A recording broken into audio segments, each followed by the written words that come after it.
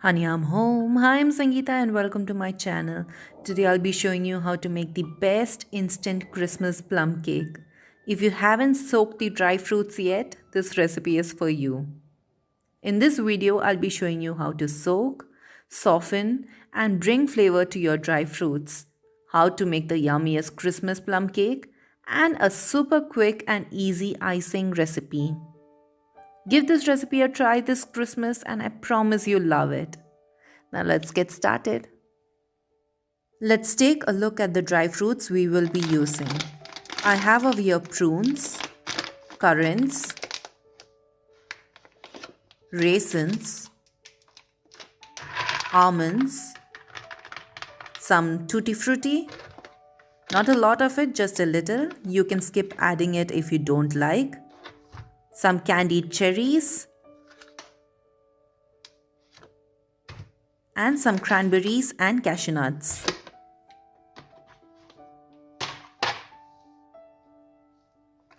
In a pot, let's drop in the currants and raisins. We don't need to chop these up, so these go in as a whole.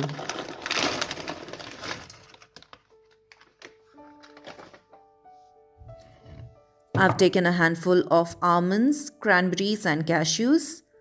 Roughly chop these up into big chunks.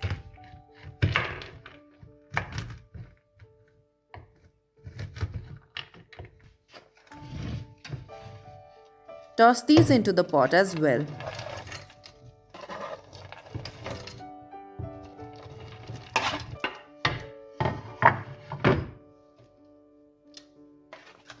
Drop in the tutti frutti as well, that doesn't need chopping.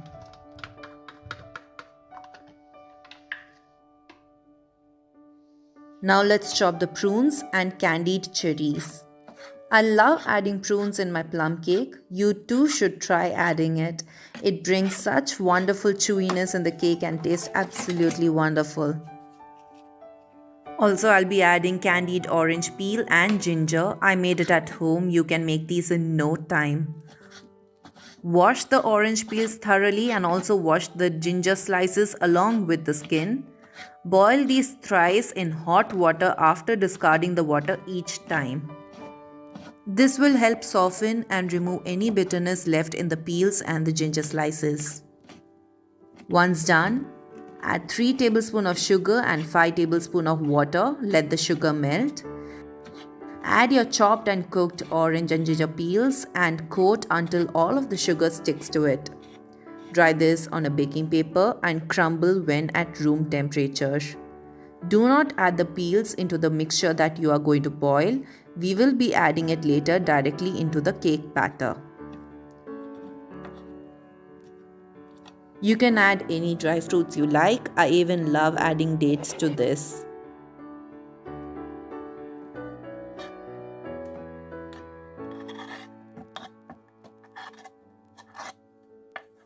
Let's weigh in the dry fruits. I have over here 1200 grams of dry fruits. I'll be using only half of this quantity to make the cake this time and store the rest for next. So if you're planning on making just one batch, then use only 600 grams of dry fruits. I'll be soaking these in rum and apple juice. I do not like soaking these solely in rum. It'll be overpowering. If you wish not to use rum, you can also boil this in a mixture of orange and apple juice. I'll be pouring in 350 ml of rum. I'll be using more of it, but later.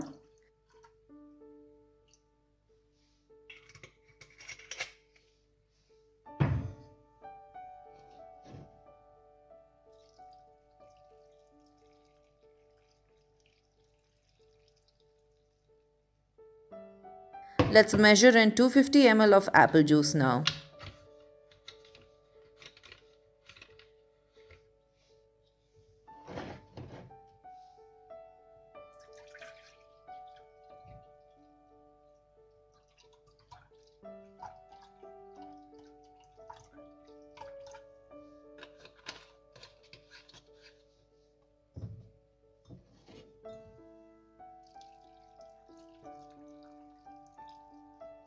Use a bigger pot, it will be less messy and easier to stir. Let's mix the fruits. You can see that more than half of the pot is filled with liquid.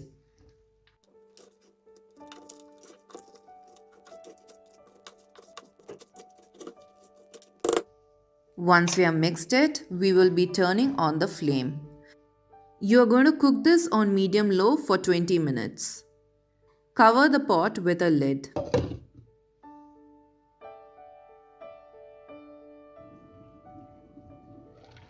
After 20 minutes, give this a stir. Make sure you use a heavy bottom pan. You do not want to burn the dry fruits. You can see that there is enough liquid left.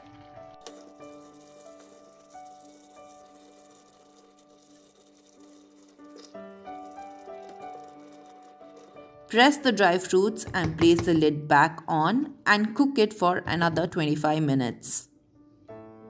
After 25 minutes, now you can see that the water has evaporated.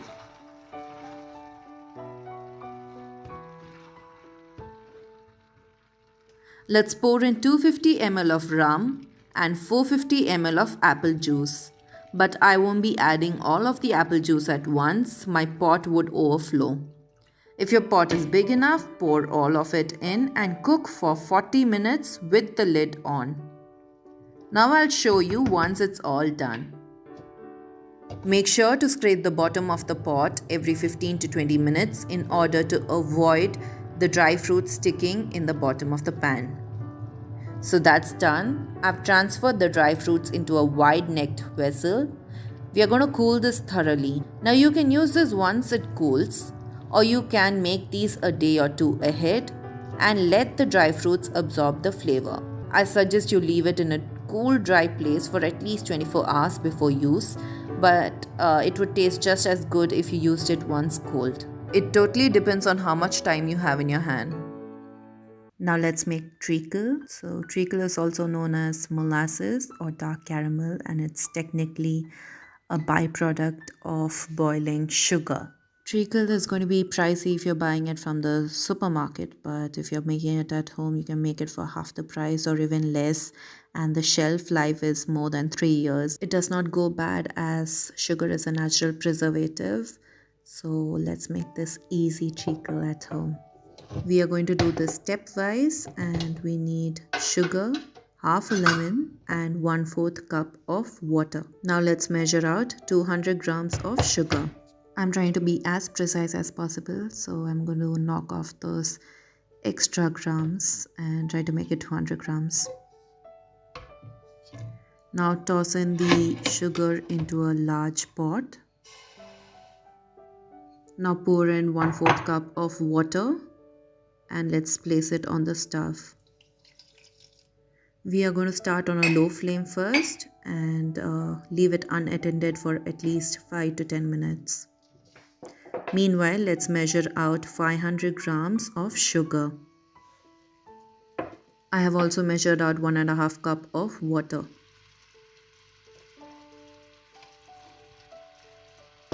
Now let's pour the water into a pot. We will not be boiling the water now, but let's keep everything prepared.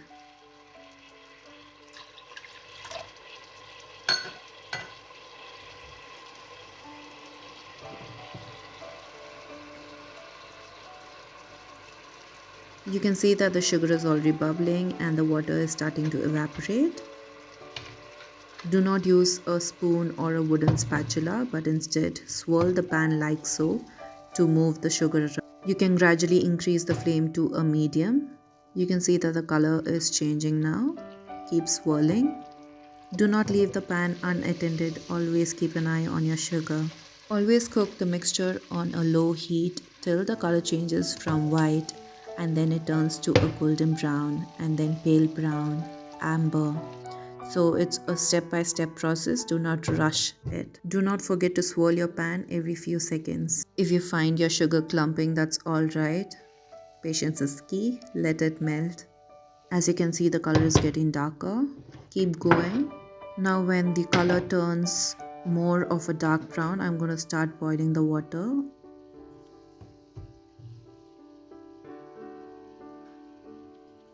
I will be speeding up the process from now on. You can see that the color is getting darker over here. Keep swirling, do not stop. You will have to caramelize the sugar until it changes to deep brown, almost black. The sugar will start burning and smoking. You can actually smell the sugar burning, but that's alright. Keep going. Do not forget to swirl your pan. That's when you can actually see the colors of the treacle. So when I swirl, I can still see it's just dark brown. I need it to turn black. So keep swirling, keep checking out the color of the sugar. The heat is still on medium-low flame, and you can see that it's bubbling really well. You can see the color is changing. We are almost there. And that's it, it's ready. So you can see that it's turned black. Now take it off the stove and keep it aside. As you can see, the water has boiled already.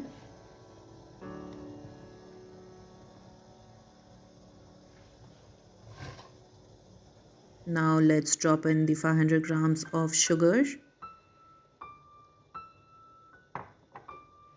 And let's pour the boiling water into it. Be cautious while pouring the water. It's volatile at this stage and it can actually splatter. So keep yourself at a safe distance while doing so. Try pouring the water on top of the granulated white sugar. Squeeze in the lemon and then drop it as a whole. Lemon prevents crystallization. Now place it back onto the stove and then start cooking it on a medium-low flame.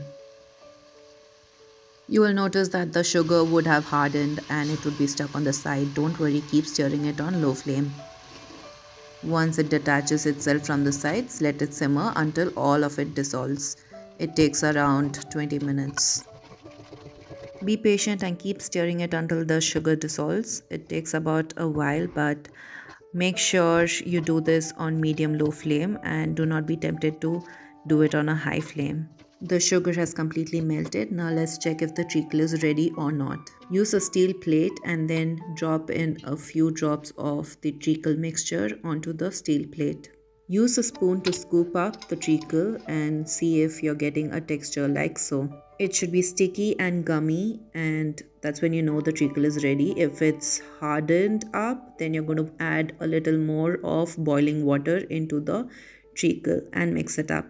Or if it's too thin and runny, you're going to heat it up for another 5 minutes and then give it a go again. That's it, your treacle is now ready. Now let's make the batter. Let's start by making the spiced sugar powder. Drop in 180 grams of brown sugar. Do not use white sugar. This will help you get a rich, dark color and caramel flavor in your cake.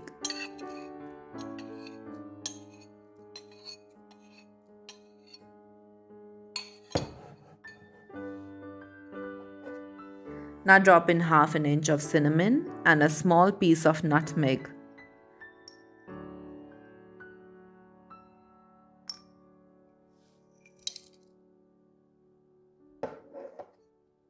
Drop in 2 cloves followed by 2 green cardamom.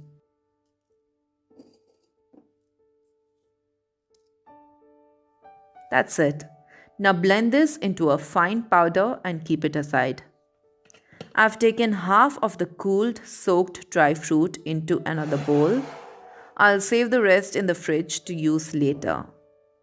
Toss in 2½ heaped tablespoons of all-purpose flour into it.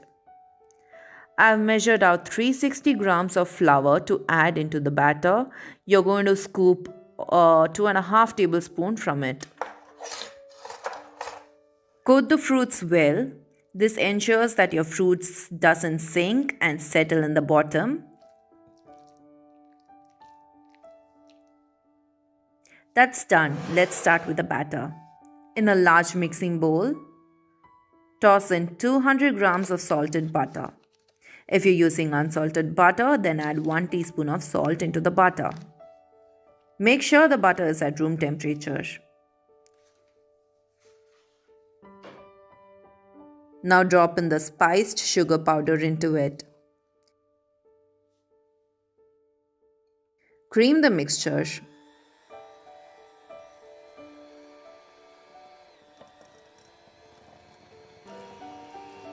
The sugar and butter is now creamy and airy, as you can see.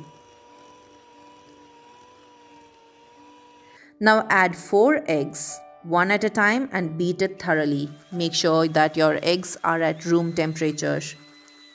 If you're new to this channel, hi and welcome. Do not forget to like, share and subscribe to my channel. You can also follow me on my Instagram page at honeyamhome. I'll leave the link to it in the description box.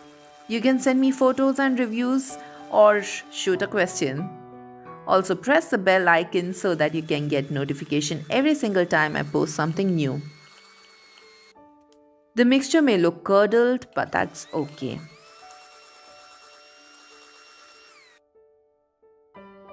Now pour in 180 grams of treacle into the batter.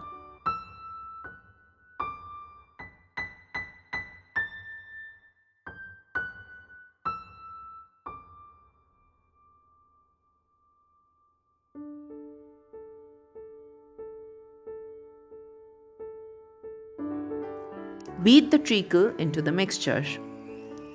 Now add 2 tablespoons of cocoa powder followed by the all-purpose flour. Toss in only half of it at once.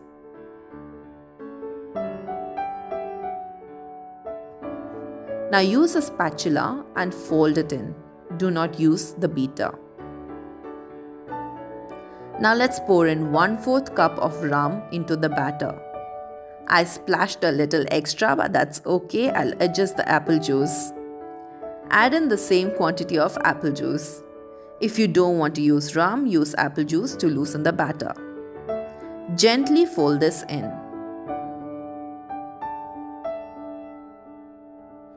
Now toss in rest of the flour and fold it in. Be gentle. Do not overwork the batter. Now drop in 1 teaspoon of baking powder and fold it in.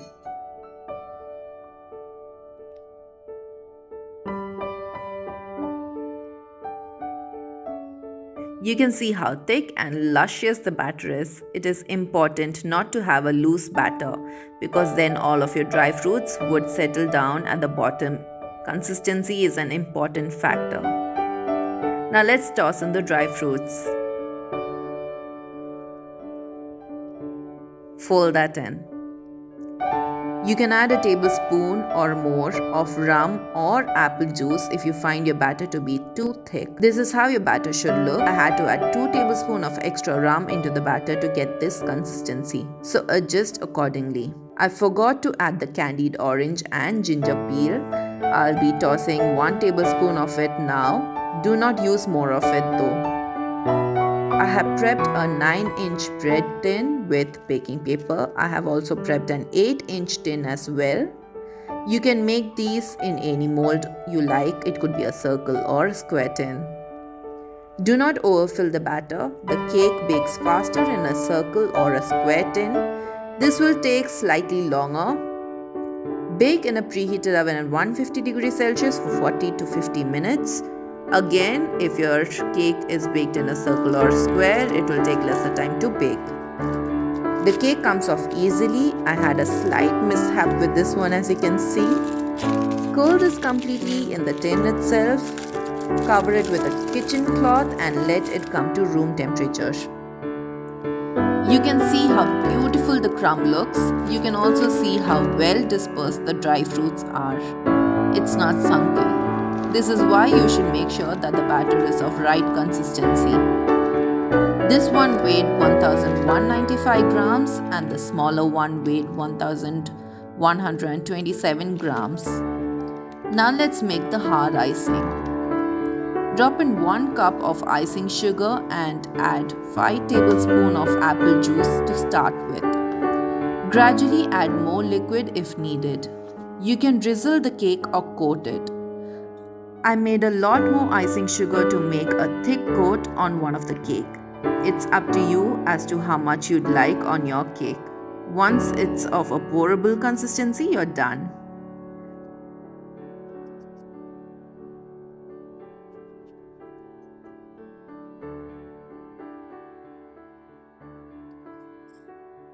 Drizzle this on your cooled cake and let it harden.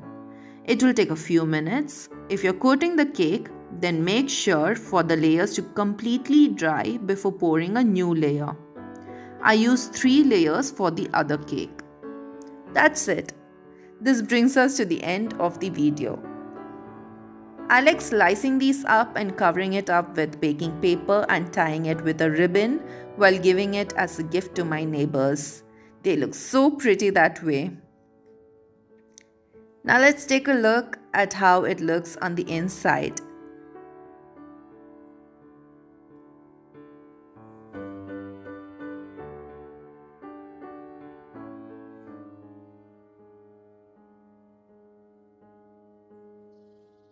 So dense, yet so soft and moist.